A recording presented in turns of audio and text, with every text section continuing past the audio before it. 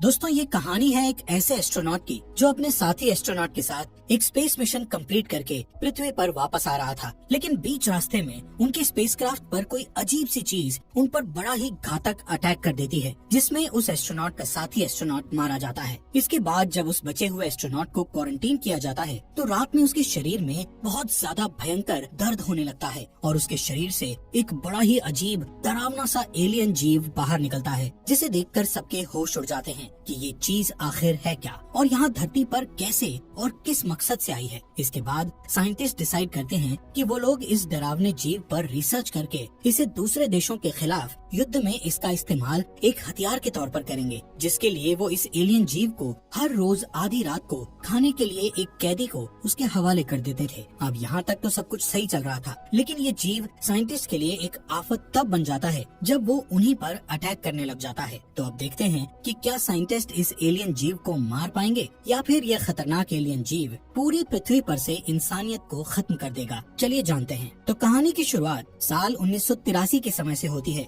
जहां स्पुतनिक नाम के रशियन स्पेस शटल में दो एस्ट्रोनॉट्स एवचेंको और कॉन्स्टेंटीन बैठे हुए थे। ये दोनों एस्ट्रोनॉट कई महीनों के सफर के बाद सक्सेसफुली पृथ्वी पर वापस आ रहे होते हैं, लेकिन वापस आते समय उन्हें स्पेस शटल के बाहर कुछ अजीब सा दिखाई देता है, जिसके साथ ये सीन यहीं कट हो जाता है और अगले सीन में हमें कजाकिस्तान का एक वीरान इलाका दिखाया जाता है, जहाँ उन एस्ट्रोनॉट्स का लैंडर क्रैश हुआ था। यहाँ एक आदमी लैंडर के पास जाकर देखता है तो उसे एवचेंको की लाश दिखाई देती है। वहीं पास ही कॉन्स्टेंटीन भी घायल हालत में लैंडर से बाहर निकलता है। दूसरी तरफ हमें एक फीमेल साइकोलॉजिस्ट डॉक्टर तात्याना को दिखाया जाता है, जिसके ऊपर ट्रायल्स चल रहे होते हैं, क्योंकि तात्याना के इलाज करने का तरीका काफी अजीब था। दरअसल तात्याना ने 17 साल के एक लड़के का इलाज करने के लिए उसे काफी देर तक पानी में डुबाए रखा था। अब ऐसा करने से उस लड़के की जान तो नहीं गई, लेकिन उसके माता पिता ने तात्याना के खिलाफ कंप्लेन कर दी। तब तात्याना अपनी सफाई में कहती है कि मैंने उस लड़के को सिर्फ उतनी देर तक ही पानी में रखा जितने में उसकी जान ना जाए, और साथ ही साथ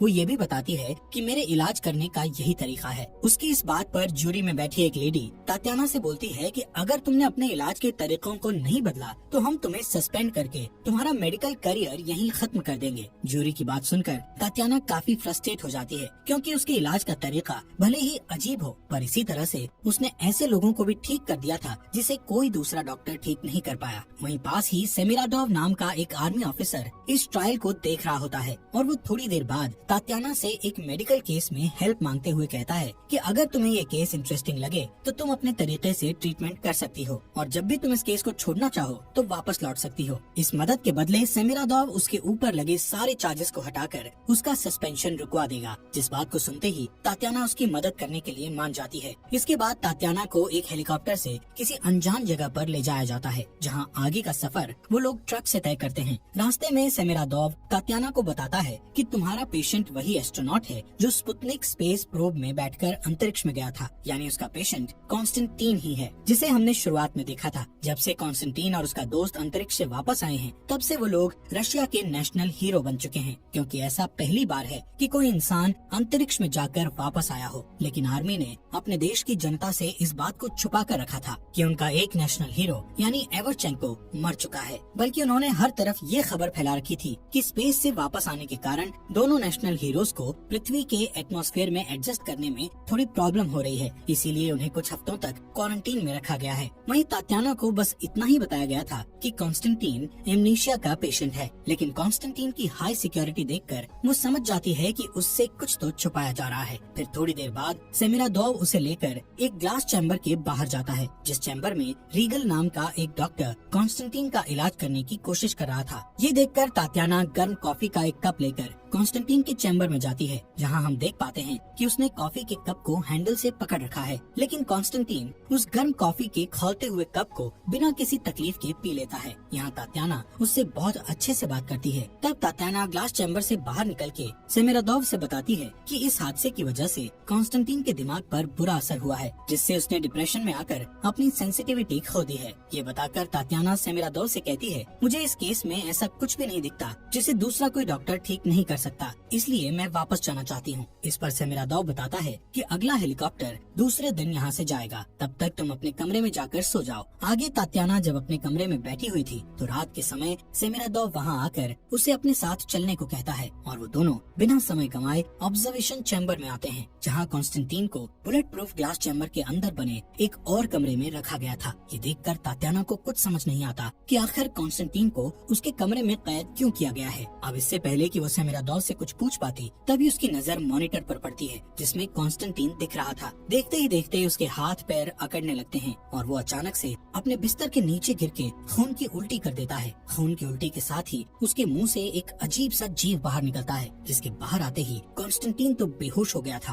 पर वो जीव धीरे धीरे बड़ा होने लगता है, जिसे मॉनिटर में देखकर तात्याना के होश उड़ जाते हैं। तब सेमिरादोव के कहने पर तात्याना उस अजीब से जीव को देखने के लिए कॉन्स्टेंटीन के कमरे के बाहर जाती है, जहाँ वो जीव उस पर हमला कर देता है। लेकिन बुलेट प्रूफ ग्लास की वजह से वो जीव तात्याना को नुकसान नहीं पहुंचा पाता। जिसके बाद सेमिरादोव तात्याना से बताता है कि ये जीव स्पेस से कॉन्स्टेंटीन के साथ आया है और वो उसके शरीर के अंदर ही रहता है। इसी वजह से हमने एक नेशनल हीरो को इस तरह कैद करके रखा है, क्योंकि उसके अंदर एक एलियन जीव मौजूद है जिसे अलग करने का काम तुम्हारा है। यहाँ तात्याना भी इस चैलेंज को एक्सेप्ट करके सेमिरादोव से कॉन्स्टेंटीन की लैंडिंग के बाद से अब तक की सारी रिपोर्ट्स और फुटेजेस मांगती है, ताकि वो इस जीव के बिहेवियर को अच्छे से समझ सके। रिपोर्ट्स पढ़कर उसे ये पता चलता है कि ये एलियन जीव किसी पैरासाइट की तरह है, जो ज्यादातर समय कॉन्स्टेंटीन के पेट में ही रहता है। जब वो पेट में रहता है तो उसकी लंबाई लगभग 30 सेंटीमीटर होती है, लेकिन कॉन्स्टेंटीन के शरीर से बाहर निकलते ही उसे ऑक्सीजन मिलती है, जिससे उसकी लंबाई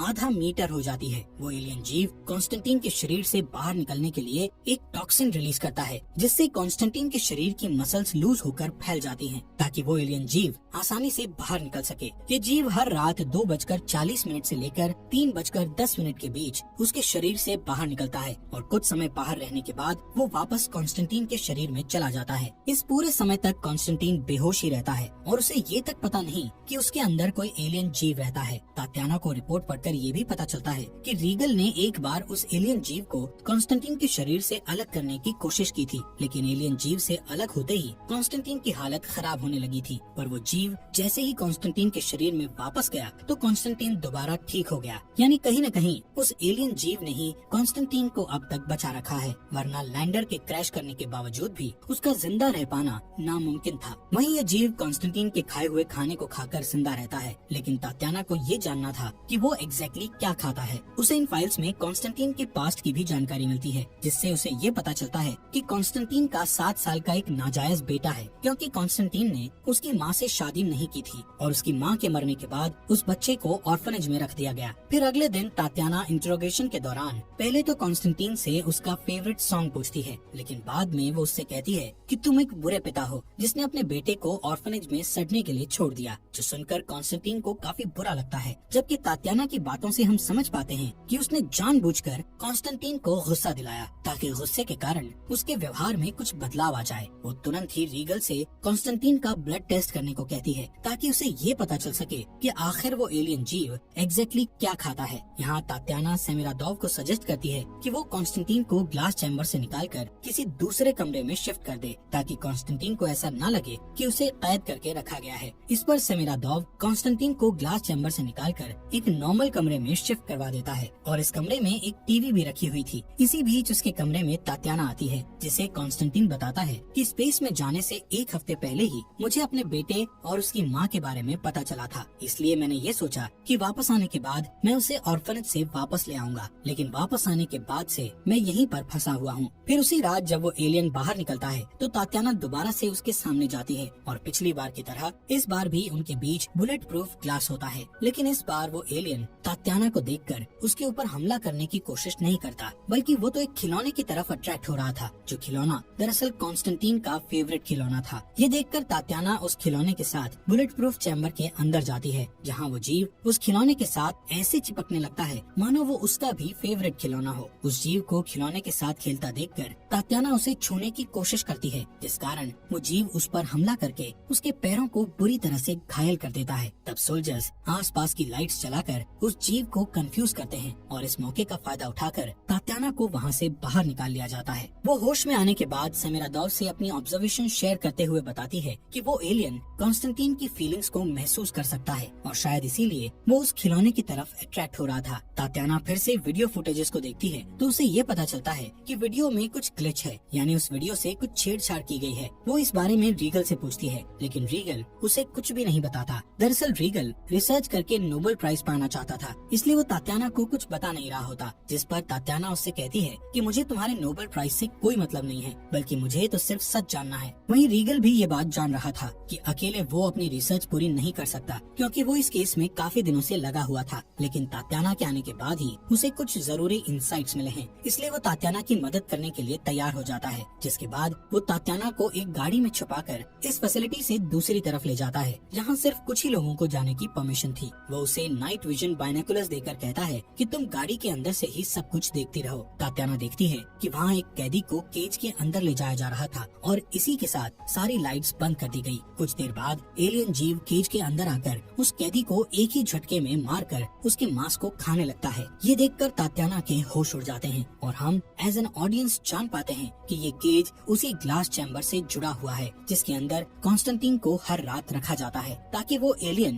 केज में आकर प्रिजनर्स को खा सके। अब गाड़ी में वापस आने के बाद रीगल तात्याना को बताता है कि जब हमें कॉन्स्टेंटीन मिला था तो उसकी हालत बहुत ज्यादा खराब थी, लेकिन उसके अंदर इस एलियन जीव के होने की वजह से उसकी तबीयत दिन ब दिन सही होती चली गई और वो इतनी जल्दी रिकवर कर गया जितने में किसी आम इंसान का रिकवर कर पाना लगभग नामुमकिन था। जब कॉन्स्टेंटीन हॉस्पिटल में था तो इस एलियन जीव ने एक नर्स को भी मार दिया था और उसी दिन के बाद से कॉन्स्टेंटीन की तबीयत में सुधार आना शुरू हो गया। इसके बाद उस जीव को मछली से लेकर सुअर तक सब कुछ खाने को दिया गया, मगर ऐसा करने से कॉन्स्टेंटीन की तबीयत फिर से खराब होने लगी। आखिर में सेमिरादोव ने उस जीव को एक प्रिजनर ऑफर किया, जिसे खाने के बाद जब वो जीव कॉन्स्टेंटीन के अंदर गया तो कॉन्स्टेंटीन की तबीयत वापस से सही हो गई। लेकिन वो जीव प्रिजनर्स को मारने से पहले उन्हें काफी ज्यादा डराता है, क्योंकि डरते समय इंसानों के अंदर कॉर्टिसोल नाम के हार्मोन का लेवल बहुत ज्यादा बढ़ जाता है और शायद ये जीव कॉर्टिसोल के ऊपर ही फीड करता है। फिर अगली सुबह तात्याना कॉन्स्टेंटीन को सारी सच्चाई बताती है कि उसके अंदर एक एलियन जीव रहता है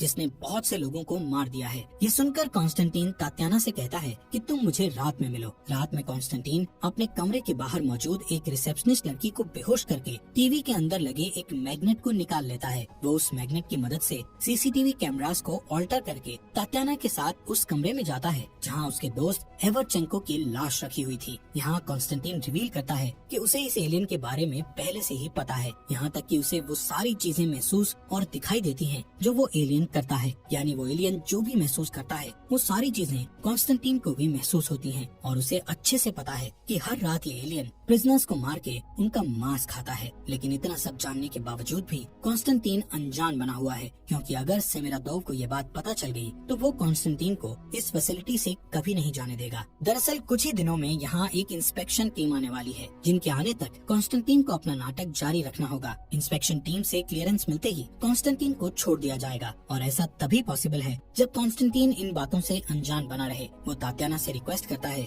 कि तुम सेमिरादोव को मत बताना कि मैं और वो एलियन सेम फीलिंग शेयर करते हैं, क्योंकि सेमिरादोव को इस बात का पता चल गया तो वो मुझे बाहर नहीं जाने देगा। कॉन्स्टेंटीन ने तात्याना को ये बातें इसलिए बताई क्योंकि उसे अच्छे से पता था कि तात्याना बहुत इंटेलिजेंट है, जो बहुत ही जल्द सारी सच्चाई का पता लगा लेगी। इसलिए उसने पहले ही सब कुछ कन्फेस कर दिया। उसकी बातें सुनकर तात्याना को बहुत बुरा लगता है, क्योंकि उनके देश के लोग कॉन्स्टेंटीन को एक नेशनल हीरो मानते हैं, लेकिन ये नेशनल हीरो सब कुछ जानते हुए भी प्रिजनर्स की हत्या होने दे रहा है। तात्याना उससे कहती है कि अगर मैं तुम्हारी जगह होती तो खुद की जान ले लेती। ऐसा कहकर वो यहाँ से जा रही होती है कि तभी एक सोल्जर उसे गिरफ्तार कर लेता है, क्योंकि वो एक रेस्ट्रिक्टेड एरिया में घूम रही थी। इसके बाद सेमिरादोव उसे खुद लेकर केज के पास जाता है, क्योंकि सेमिरादोव को इस बात का पता चल गया था कि रीगल तात्याना को पहले भी इस केज के पास लेकर आया था। सेमिरादोव उससे कहता है कि तुम्हें इस बार नाइट विजन बाइनोकुलर्स की जरूरत नहीं पड़ेगी, बल्कि मैं तुम्हें सब कुछ करीब से दिखाऊंगा। फिर हम तात्याना और सेमिरादोव को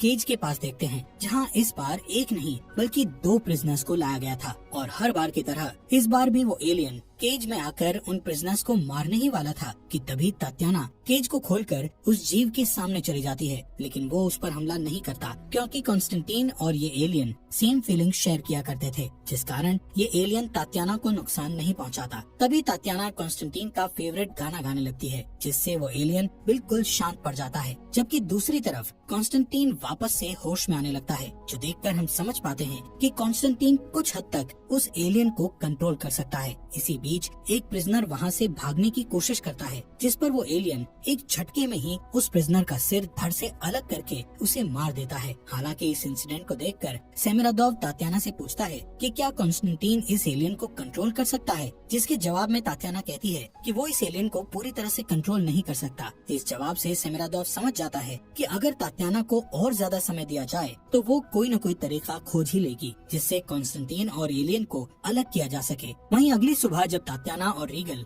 एवरचेंको की लाश का परीक्षण कर रहे होते हैं, तो तात्याना रीगल से बताती है कि एवरचेंको को फर्स्ट स्टेज का कैंसर था, जिसका पता हमारे डॉक्टर्स को तो नहीं चल पाया, लेकिन उस एलियन ने एवरचेंको की बीमारी का पता लगा लिया और इसीलिए उसने कॉन्स्टेंटीन के शरीर में रहने का फैसला किया। यहाँ हम ये भी जान पाते हैं कि एवरचेंको की मौत क्रैश में नहीं हुई, बल्कि उस एलियन ने ही एवरचेंको को जान से मारा था। इसी बीच तात्याना रीगल से कहती है कि मैं कॉन्स्टेंटीन को लेकर यहाँ से भागने वाली हूँ और हमें यहाँ से भागने में तुम्हारी मदद चाहिए। अब पहले तो रीगल सेमिरादोव के डर से उसकी मदद करने को तैयार नहीं होता, लेकिन बाद में वो उसकी मदद के लिए तैयार हो जाता है, क्योंकि वो अपने नोबेल प्राइज के चक्कर में और प्रिजनर्स की जान नहीं लेना चाहता था। आगे हम तात्याना को कॉन्स्टेंटीन के पास देखते हैं, जहाँ वो उससे बताती है कि आज हम दोनों यहाँ से एस्केप करने वाले हैं, लेकिन एस्केप करने से पहले मैं उस एलियन को तुम्हारे शरीर से अलग कर दूंगी। दरअसल तात्याना का प्लान ये था कि वो कॉन्स्टेंटीन के शरीर में ऐसा केमिकल इंजेक्ट करेगी जिससे उसके शरीर में कुछ देर के लिए कैंसर के सिम्टम्स आ जाएंगे। ऐसा होते ही वो एलियन उसके शरीर को छोड़कर बाहर निकल आएगा और वो एलियन कॉन्स्टेंटीन के शरीर के बिना